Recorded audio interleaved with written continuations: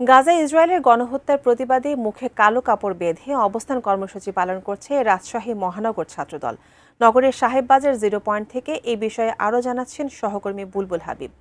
বুলবুল, আপনি কিছুক্ষণ আগে রাজশাহী বিশ্ববিদ্যালয়ের ছাত্র দলের ইসরায়েলের বিরুদ্ধে প্রতিবাদের খবর জানাচ্ছিলেন। তারা এখন এই মুহূর্তে কি কর্মসূচি পালন করছেন?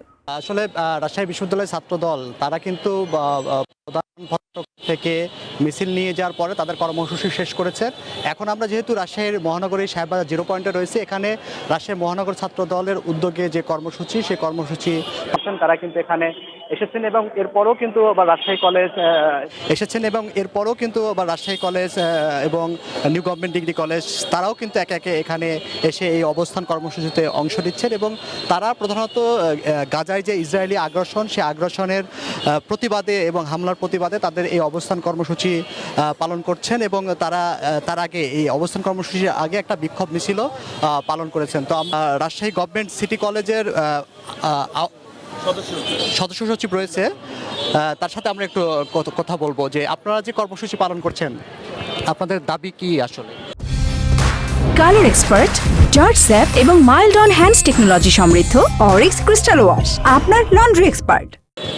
আমাদের দাবি হচ্ছে আমাদের ফিলিস্তিনের ওপর যে নির্মমভাবে হামলা করা হচ্ছে, যে ইসরায়েলি যেভাবে ধ্বংস করার পায়তারা করছে, আমাদের গণহত্যার দায়ে প্রতিবাদে আজকে আমাদের অবস্থান কর্মসূচি। আমরা চাই যে পুরো বিশ্ববাসী যেন আমাদের মুসলিম ফিলিস্তিনি ভাইদের পাশে দাঁড়ান এবং যাদের সাথে চুক্তি আছে আমাদের চুক্তিগুলো বাতিল করে পুরো মুসলিম বিশ্ব যেন তাদের ফিলিস্তিনির পাশে থাকে, ইসরায়েলের সাথে চুক্তিগুলো বাতিল করে।